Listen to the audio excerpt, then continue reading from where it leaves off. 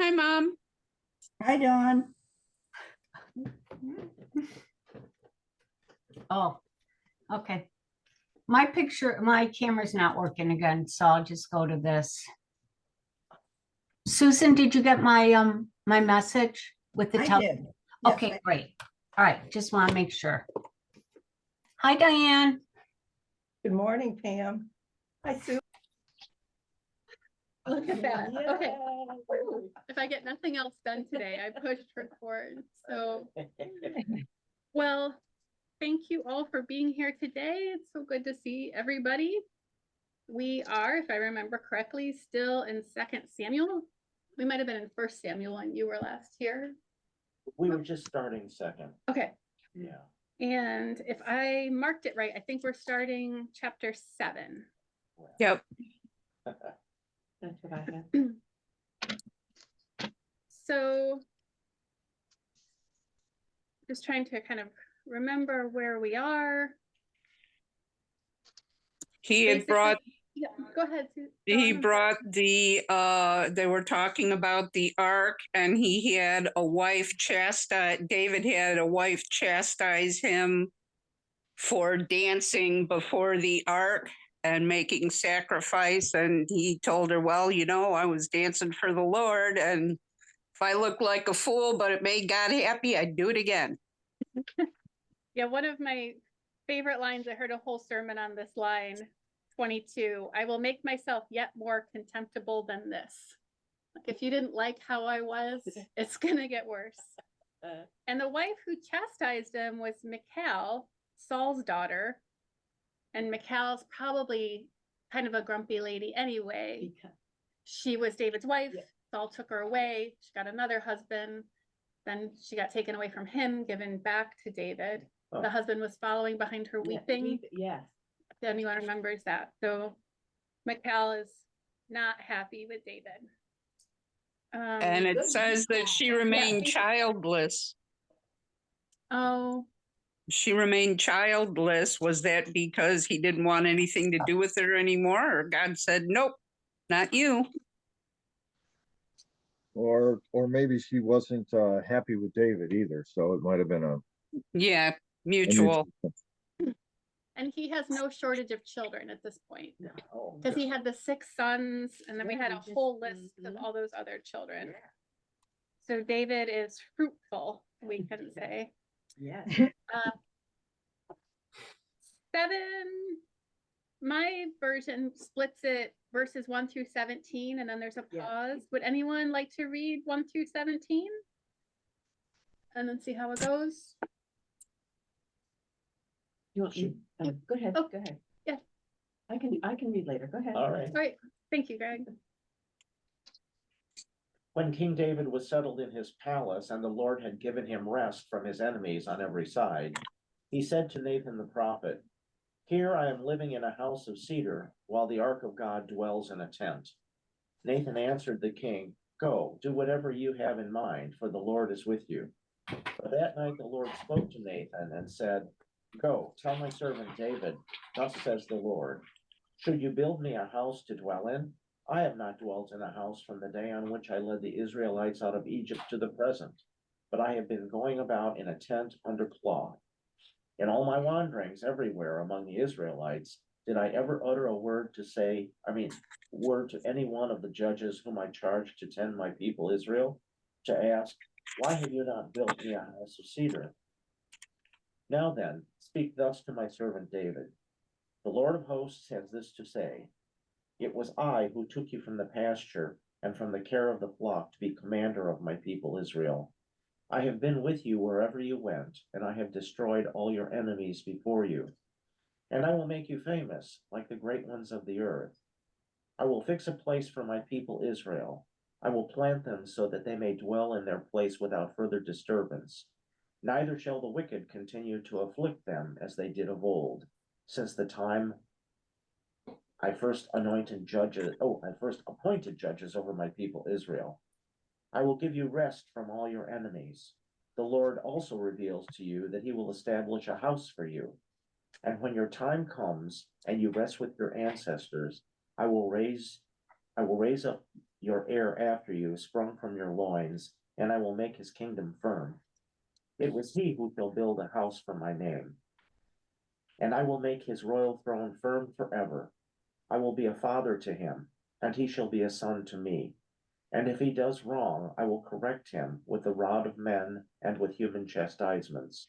But I will not withdraw my favor from him as I withdrew it from your predecessor Saul, whom I removed from my presence. Your house and your kingdom shall endure forever before me. Your throne shall stand firm forever. Nathan reported all these words and his entire vision to David.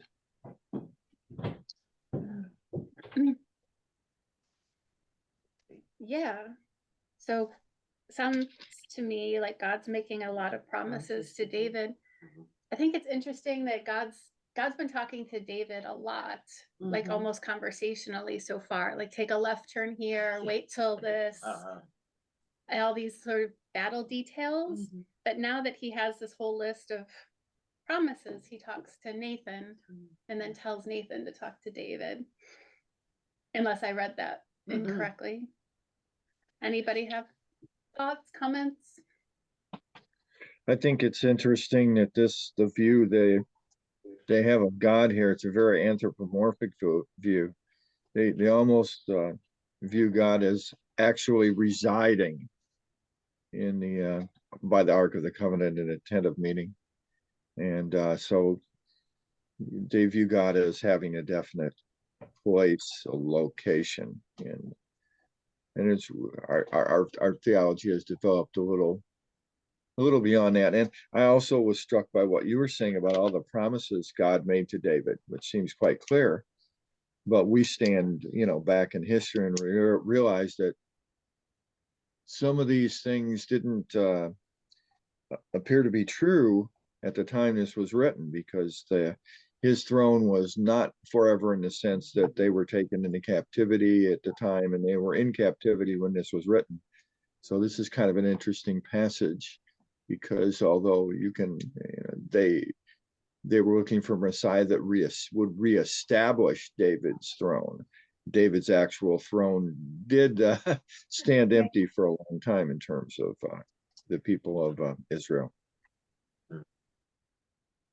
Yeah, I wonder if part of that, I was struck by this part that said that I might punish all of you, like men might come out, men might chastise you, or maybe you're gonna get hit with a rod, but I won't withdraw my love. And so I wonder if they were interpreting being taken into captivity as a punishment, but being reassured that although they're being punished, God wasn't gonna break this promise. Yep. Because God seemed very fickle about Saul, in my opinion. When he came back, when they came back from captivity, and went back to Jerusalem, did the line of David start up again, or how did that work? No, No, it was done. and Israel never came back. Israel was just, Judah came back, but Israel was gone. The nation of Israel was destroyed. So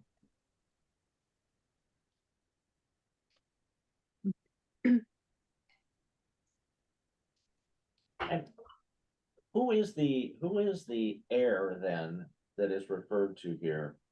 Where it says, and when your time comes and you rest with your ancestors, I will raise up your heir after you, sprung from your loins. And goes on to say that it will be this heir that does all these. Solomon. Solomon. Solomon, okay. Okay. And would that have been his oldest son? Nope. No, No, okay. he wasn't the oldest. No, I don't even He think he was- was in the top 6, right? Oh. Because they had listed the first 6 Oh, and then. he was Okay. he was the son of Bathsheba, and he wasn't the oldest son either there. That was a son that later we're going to hear about, rose in a rebellion that rebelled against David. But no, yeah. So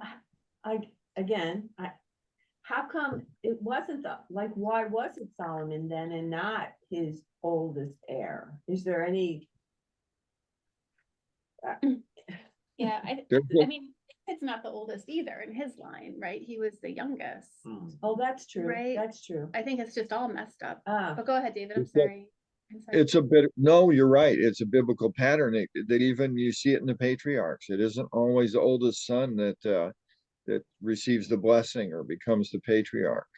mm, It's a biblical principle well, wouldn't say principle, but it's biblical pattern it follows. It's very much different from the pattern of the world. God, the people that actually are chosen to lead are not the people that are expected by the world. It would be the custom. It's Hmm. very much, very often, it's almost a symbolism of God using the weaker, the lesser, to represent Him, to help them understand that it's not in the power of the person of the king, but it's their dependence on Him, on God.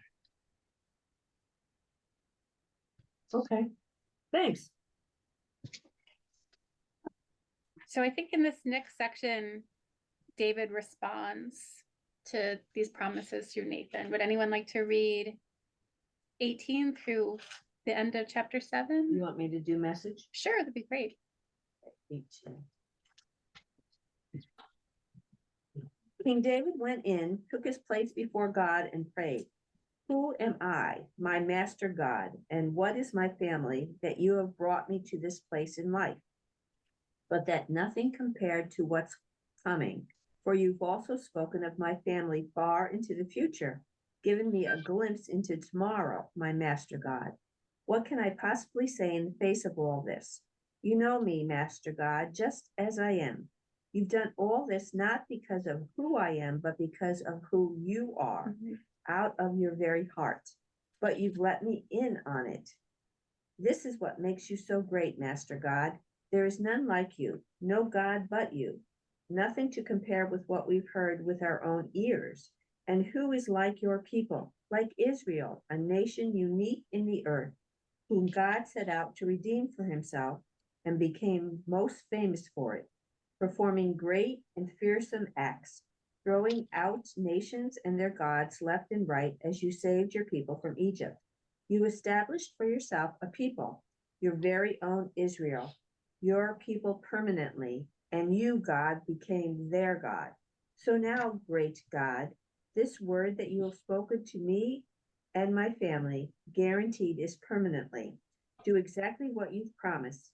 Then your reputation will flourish always as people exclaim, the God of the angels' armies is God over Israel, and the house of your servant David will remain sure and solid in your watchful presence. For you, God of the angels' enemies, Israel's God, told me plainly, I will build you a house. That's how was able to find the courage to pray this prayer to you. And now, Master God, being the God you are, speaking sure words as you do, and having just said this wonderful thing to me, please just one more thing.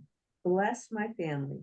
Keep your eye on them always. You've already as much as said that you would, Master God.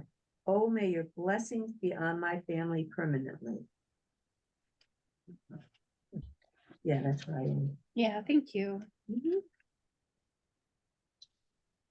It wasn't that different than the NRSV. No. Sometimes the message is really very Yeah, different. yeah, it can be.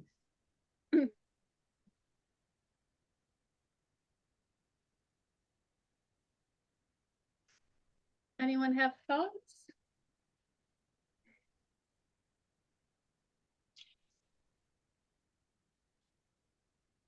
I thought it was interesting, at least in the message, that sometimes he's referred to as Master God.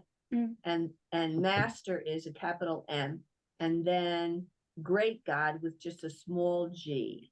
And then God of the angels' armies. So all these different ways that God is being referred to by David. In the NRSV, it's O Lord God, O Lord of hosts, O Lord God, you are Oh. God. Yeah. So, Yeah, that I looked up that phrase while she was reading, and where he's talking about Master God or Lord God, it's referring to Adonai, which is kind of the proper name with which they would address God because they didn't use, and the second word God is Yahweh or something like that. That's our best guess at how it's pronounced, which is a word that they've never really spoke about God. It was how he was revealed to Abraham as, as I am, and or I am what I'm going to be. Yes. And so that was a word that they never spoke. That was so holy. In fact, when they wrote it down, they didn't write the whole, the thing down then. Anyway, so yeah, so that's what's going on there. That specific phrase, I was curious by it too when she was reading it. So it means really Adonai Yahweh. Yeah. That's interesting.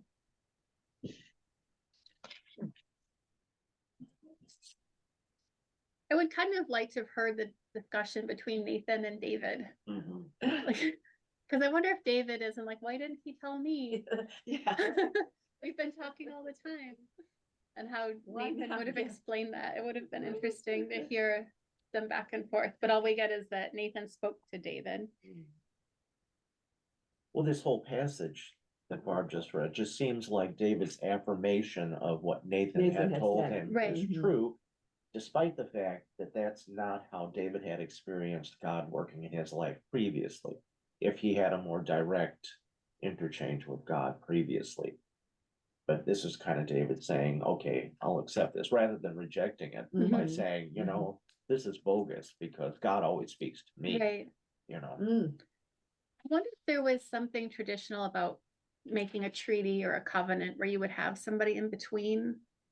I wonder if there was Oh. something, how we would have an attorney, maybe like Mhm. broker a deal. Yeah. If there was something that made it more substantive to have a middle, I'm just guessing, Mhm. but Interesting thought. Well, it was kind of a long-winded way of saying, yes, I believe what Nathan told me. right. This is what he told me. Is this really what you said? Yeah. And well, I mean, God promised David all these wonderful things, Mhm. and David's like, great. It's interesting. It doesn't, I'm sorry, it doesn't talk about it here, but the reason why God said David was not to build the temple, you don't find it in 2 Samuel, but you do find it in 1 Chronicles, that God said to me, you are not to build a house for my name because you are a warrior and have shed blood. So God was in 1 Chronicles, he's saying the reason is I don't want a warrior to build my temple. I want a man of peace to do it. So Would that be why he chose Solomon rather than the other brothers? I don't know if that necessarily follows, but yeah, maybe. I was just looking at a few pages that passed in one of the other chapters. There's a diagram of the sons of David, and Solomon is like 1, 2, 3, 4th. There's Ahinoam, Maacah, no, yeah, Ahinoam. No, wait a minute. And Ammon, Absalom, Adonijah, and Solomon. And Ahinoam and Maacah and Haggith are the names, and Bathsheba are the names of the mothers. So I don't know what the other the 3 did, if they were part of being a warrior. Emailed us all of the lineage of David. I think Barb supplied that. Yeah, I did see that. I did. Mhm. It was in one of Thank you. these. I had forgotten we had that. Thank you, Leslie. Right. Yeah. It seems David, this whole notion, I just want a little clarification that David was not to build the temple because he was a warrior. And yet, throughout not just this part of Samuel, but it seems like throughout much of what we've read previously also, all these wars seem to be sanctioned by God, or at least this is the Hebrews interpretation that they're doing all of this, in the name of God. So why would the warrior, I mean, would it just be a matter of that would not be his purview or his area of expertise, or it would draw him too much energy away from his warring? You know, if he was involved with the planning of the temple and all that, I don't understand why that would be. There's a lot of ambiguity there, Greg. Yeah, you raise a good question. Why does God seem to be telling them to engage in all this destruction? But at the end, when it comes to building his temple, he's saying, I don't want a man of blood to do it. I think it reflects the human nature of the Old Testament, personally.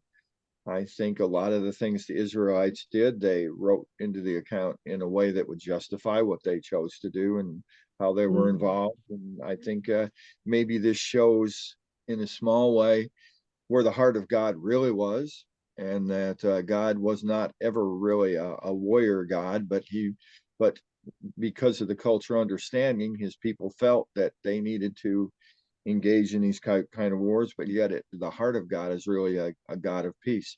That's just personally the way I deal with it, that there's a very human element here, and they're sharing things from their perspective, from their context, and that maybe God's context wasn't quite the same. And God sometimes allows us to have misunderstanding, or the understanding of God evolves throughout the Old Testament into the New Testament and finds its perfect expression in Jesus, when we really understand what the heart of God really was. But the world they lived in was a very bloody, very war was a very important part, and that was so. Yeah, it's a good question, Greg. Yeah. Well, and we had discussed the notion that that if God were God, then they would be victorious. Otherwise, if they weren't victorious, that might indicate that the God next door was actually the greater God. You know, that whole kind of primitive notion of how God is manifested, and, you know, is manifested through military victories, bloodshed, you know, and then oppressing the people that you've conquered and all that.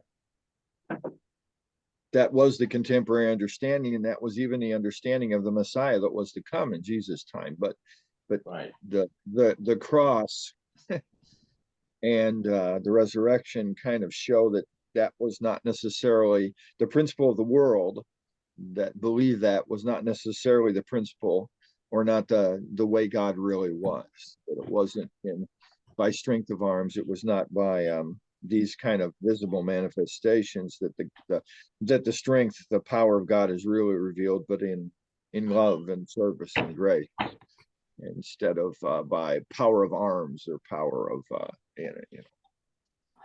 earthly power. I think we continue on with the power of arms, though. Okay. Because the next Yeah. part in my version is called David's Wars. Yes. So I think we got Yeah. some more warring to do before we get to a peaceful heart of God.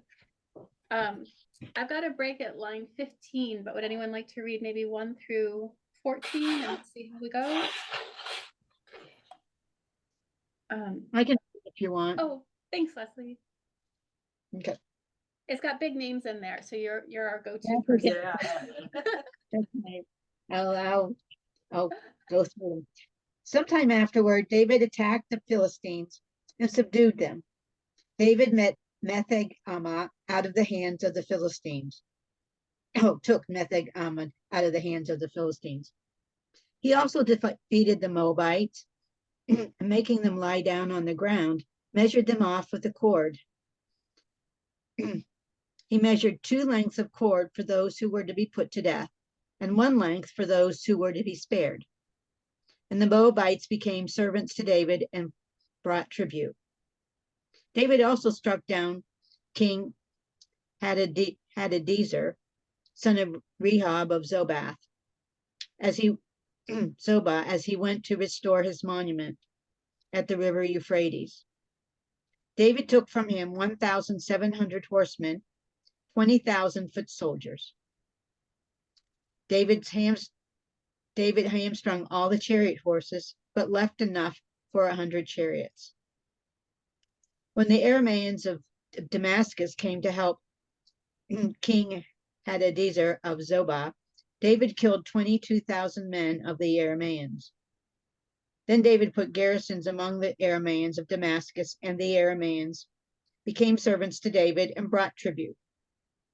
The Lord gave victory to David wherever he went. David took the gold shields that were carried by the servants of Hadadezer and brought them to Jerusalem. From Beta and from Berothai, towns of Hadadezer, King David took a great amount of bronze. When King Toi of Hamath heard that David had defeated the whole army of Hadadezer, Toi sent his son Joram to King David to greet him and to congratulate him because he had fought against Hadadezer and defeated him. Now, Hadadezer had often been at war with Toi. Joram brought with him articles of silver, gold, and bronze. These also David dedicated to the Lord, together with the silver and gold that he dedicated from all the nations he subdued. From Edom, Moab, the Ammonites, the Philistines, Amalek, and from the spoil of King Hadadezer, son of Rehob of Zobah. David won a name for himself. When he returned, he killed 18,000 Edomites in the city of Valley of Salt. He put garrisons in Edom, throughout all Edom. He put garrisons, and all the Edomites became David's servants. And the Lord gave victory to David wherever he went. I'll just finish it. That's 3 more Oh, verses. yeah, go ahead. Yeah, yeah. So David reigned over all Israel, and David administered justice and equity to all his people. Joab, son of Zeruiah, was over the army. Jehoshaphat, son of Ahilud, was recorder. Zadok, son of Ahitub, and Ahimelech, son of Abiathar, were priests. Sarai was secretary. Benaiah, son of Jehoiada, was over the Cherethites and the Pelethites, and David's sons were priests. I didn't know David's sons were priests. Mine says chief ministers, yeah. Okay. This, all this, bronze and gold and silver that David is winning in battle, these are some of the materials that Solomon later used to build the temple. I was going to ask that question. You answered it.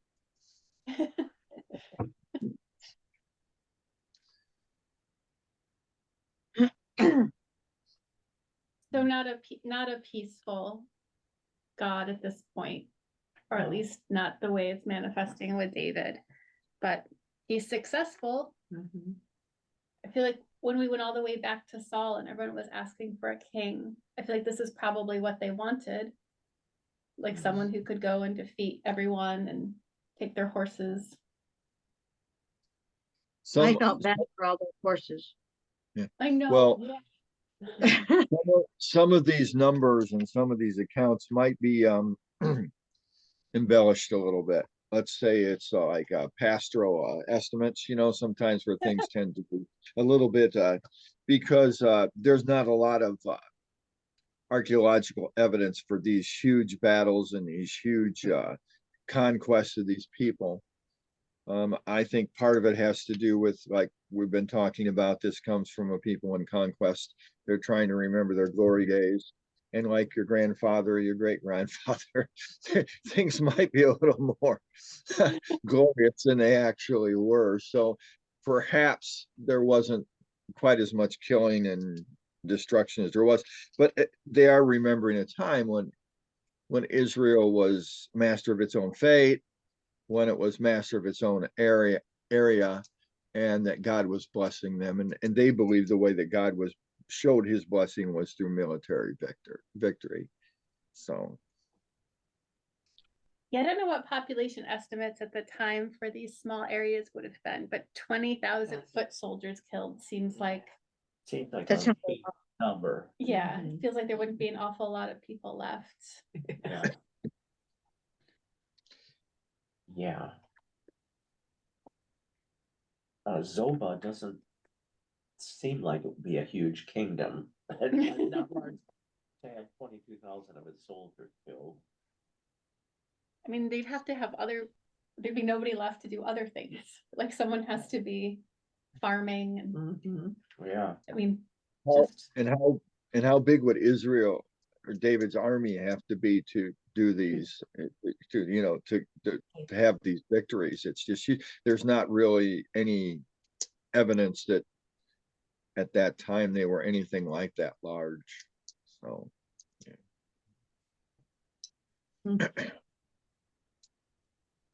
you know, it's interesting, David, that you mentioned no archaeological evidence for some of these wars that are cited. Because really, when you think about it, those bodies would have just been laid, you know, just left laying there in the desert, and then, you know, there'd be bones and there'd be, Mhm. you know, Mhm. weapons, broken weapons and all kinds of stuff. But I read an article several years back where the same was true, evidently, of even the Exodus, the you know, the recording of this mass of people being in the desert for 40 years, and the archaeologists basically said, well, there's no evidence whatsoever, and there would be a lot of evidence, Yeah. you know, pottery Yeah. shards, jewelry, you know, all Mhm. kinds of things would be buried and preserved in the sand. So, well, and as far as when it comes to like cities and when they conquer cities and things like that, there would be definitely evidence because these cities were usually built on top of each other. They, you know, Right. they call them tells, and they can tell they can tell about from these tells because they dig down and there are mounds where these cities were, and they can dig down, they can tell different periods based on what the archaeological evidence they find. And like you say, very often, if you look at the actual size or dimension of Israel and the whole area, and you talk about the Exodus and the millions it seems that were, but there's not a lot of there's not any evidence in Egypt of this kind of massive loss of slaves and things like that. It seems like there were migrations, but they were of much smaller Uh-huh. smaller. So, you know, these people are trying to tell a story. They're trying to tell a story about how their God protected them. And there's probably some embellishment as far as the numbers and things like that go. The key element, though, is that, you know, that God had a people and God was providing for his people. And they remembered back to that time, and they had the hope that God was going to restore to them those days when they were, you know, their own nation, and when God, you know, and you know, and keep his promise to David and keep his promises that they felt he had made a long time ago. Yeah. I was just reading, somebody asked a question about, talked about the numbers. And I was looking at my notes on the bottom of my page, and they were talking about that the numbers were more like units of in the army. So you have military, you have 22 units, and there were 22 units, but each unit was a much smaller group of soldiers. And so that's how it says 22,000 probably means 22 military units. And then they told me to go back to it. That's another page, and it said in 6:1 they had thousands, and this probably designates a military unit of a much smaller size.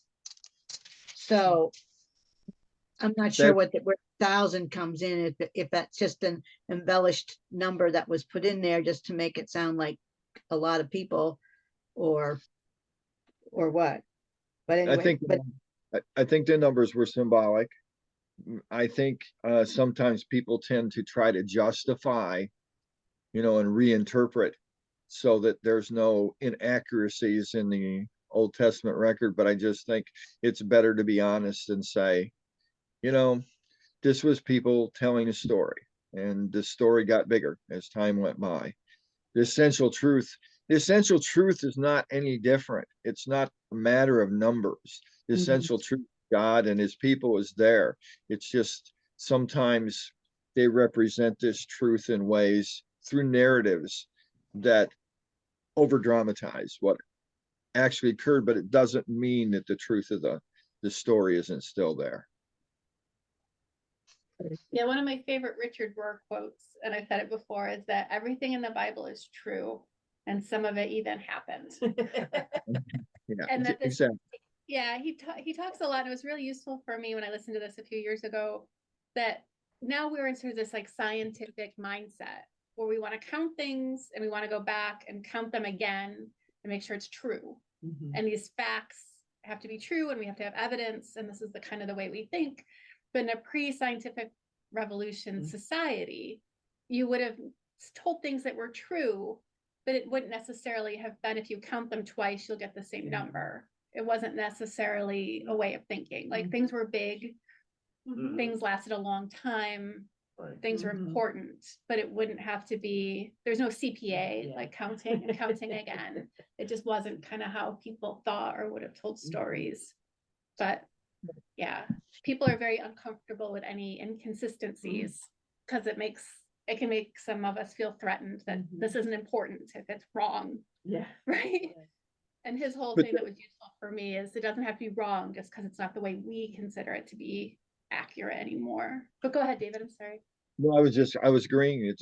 This was an oral culture. This wasn't a culture that had video cameras and recorded every detail. It was a way, and what the importance of the oral culture is to tell the meaning behind the story and represent that through facts that aren't necessarily 100% accurate. People didn't expect them to be. That wasn't the expectation. The expectation was that the moral of the story was true, the essential truth. And the rest was just window dressing, a way of expressing that truth in a way that, would grip hearts and minds and give hope to people in exile and give them, understanding that God was still with them and, would make them great again. Yeah. Should we go on to chapter 9? I think we've got time. It's not super long. Sure. Maybe I'll read unless somebody else wants to. And I have the NRSV here, so. David asked, "Is there still anyone left of the house of Saul to whom I may show kindness for Jonathan's sake?" Now there was a servant of the house of Saul whose name was Ziba, and he was summoned to David. The king said to him, "Are you Ziba?" And he said, "At your service." The king said, "Is there anyone remaining of the house of Saul to whom I may show the kindness of God?" Ziba said to the king, "There remains a son of Jonathan. He is crippled in his feet." The king said to him, "Where is he?" Ziba said to the king, "He is in the house of Machir, son of Ammiel, at Lo-debar." Then King David sent and brought him from the house of Machir, son of Ammiel, at Lo-debar. Mephibosheth, son of Jonathan, son of Saul, came to David and fell on his face and did obeisance. David said, "Mephibosheth," he answered, "I am your servant." David said to him, "Do not be afraid, for I will show you kindness for the sake of your father Jonathan. I will restore to you all the land of your grandfather Saul, and you yourself shall eat at my table. You yourself shall eat at my table always." He did obeisance and said, "What is your servant that you should look upon a dead dog such as I?" Then the king summoned Saul's servant Ziba and said to him, "All that belonged to Saul and to all his house I have given to your master's grandson. You and your sons and your servants shall till the land for him, and shall bring in the produce, so that your master's grandson may have food to eat. But your master's grandson Mephibosheth shall always eat at my table." Now Ziba had 15 sons and 20 servants. Then Ziba said to the king, "According to all that my lord the king commands his servant, so your servant will do." Mephibosheth ate at David's table like one of the king's sons. Mephibosheth had a young son whose name was Micah, and all who lived in Ziba's house became Mephibosheth's servants. Mephibosheth lived in Jerusalem, for he always ate at the king's table. Now he was lame in both feet. We had met Mephibosheth briefly in a little aside last week, and I even asked at the time, this seems out of place, but I guess we had to meet him then. And Mhm. I think it's interesting that we're still seeing how much David loved Jonathan. Mhm. This last week, he sang, what was it, another song where he said he was missing Jonathan?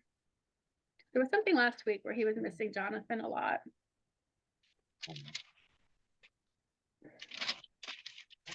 I don't have to find it, but Yeah. and then when Saul and Jonathan died, he sang at that point about how he loved Jonathan more than any woman. So this is not just a little note. It's consistent throughout Samuel 1 and 2, this relationship between these two men, which I think is interesting. The little note that it has in mind just says, being allowed to sit at the king's table can be an expression of personal kindness or a form of house arrest. Ooh. Again, indicating David's political savvy. So maybe he's keeping an eye on Saul's descendants so they don't get Yeah. retribution. Yeah, that's kind of an Or that interesting. they don't come back into ascendancy, Yeah. Mhm. because David was not related to Saul, and yet he was the one that was anointed to be Right. king. Huh. It's interesting too, because this version uses a different name. What is, you said Mephibosheth? Mephib, Yeah. Mephi. Okay. Mephibosheth. This one calls him Mirabel. Yeah, we had talked about that and someone stopped me if I get it wrong, but I think the original had that Baal or Baal, but then later on, Baal became the god Of the of Philistines, the right? Philistines. Right. And so when they went back, they're like, we don't really want to say Mephiba, god of Oh. the Philistines, because that felt like heretical. Oh, I see. And so the Osheth, I think we looked up, meant like shame. So Oh, they took Baal and substituted shame later okay. because the meaning changed over time. Huh. Does that, Was it? I think Yeah. Oh, that's interesting. Interesting note in one of my versions is that because he was lame, it made him totally unfit for any military service. Right. Yeah. I don't know why maybe just because they felt like using the Philistines god wasn't like a cool thing later on. Yeah. Maybe they thought that's the closest they could get. Okay. But yeah, So it wasn't necessarily ascribing shame to this particular person. Yeah, or we don't know. Yeah, I don't know whether we as a larger group, no, I Or don't know. was the fact that his feet were crippled, would that be a shame? Well, except they did this before too. There was somebody else whose Okay. name was But Baal. This was the child that the nurse dropped when they were being under attack, and his feet were crippled at that time. Oh, Mephibosheth. okay. Yeah, and They were under attack by David. but sometimes it's a hard thing to parse out entirely, because sometimes, because of the way people believed, they thought that that could be a punishment from God if if you're crippled or something like that. Right. Yes. There was, I had an occasion to witness that kind of thinking. When I was in grad school, there was a young man who was really severely crippled. I don't know whether his mother had taken thalidomide or what, but he had really, really short, convoluted arms and hands. And he was in this pottery class and he was using his feet to center the clay and all that. And he had to make so many accommodations just to be a normal college student, Yeah. Well, there was a young woman in the class who was a born again fundamentalist Christian who clearly stated, oh, well, his parents or his parents' must have sinned greatly, and this is evidence. He's carrying the sins of the father. And I thought, wow. Yeah. She was born about 4,000 years too late. Well, free Jesus, anyway. Right. I don't know. It just, I couldn't Wow. believe that that a person's faith would, produce that kind of thing. Anyway. Yeah, we talked about the Beatitudes on Sunday with the kids. Oh, okay. And we talked about blessed are the poor, blessed are the weak, Uh, blessed are the sick. and that it was doing away with this idea that if you were rich, you were somehow blessed. Uh-huh. And so she missed that part. Yeah. But, Mm. yeah, She also missed she also missed the part where when there was a blind man and the disciples asked, who sinned, this man or his parents? That, said, because he's blind, and Jesus said, no one sinned, it wasn't a question of sin. It's just to show the glory of God. Yeah. Anyway, so. well, We'll pick up with chapter 10. anything else? No. Well, thank you all for being here this week. Greg will be back next week. God willing. And the creeks don't rise. And the creeks don't rise. That's right. Yeah, the chili bake off on Sunday and your squares, your squares for the Super Bowl. Football squares, yeah. I'm so out of the loop. Read your Are the newsletter. Chiefs gonna be in the Super Bowl? It's the, Yes. yes, and Yes. Philly. It's the Oh, Eagles, Yeah. it's Oh. the Eagles and Philly Yep. Oh, okay. and Kansas City, right? All right. Yep. Yep, All right. two brothers facing each other. The Oh. Qu- But not- The Kelsey guy, Not- yeah, Not this Sunday coming, it's the Sunday after. that's Oh, the right. Super Bowl Oh, the following chili bake Sunday. off is Yeah, this but you can Sunday. buy your squares this week for, Oh, so the following following week. Sunday, it's Yeah. a chili. no, this Sunday is the chili and buy your squares for the Super Bowl because the following Sunday is the Super Bowl. Oh. Yeah, we I won't keep see. people late for a cook-off on the actual Super No. Bowl day. Lucky to have anybody come. All right, everybody, thank you so much. Okay, bye. Bye. Yeah.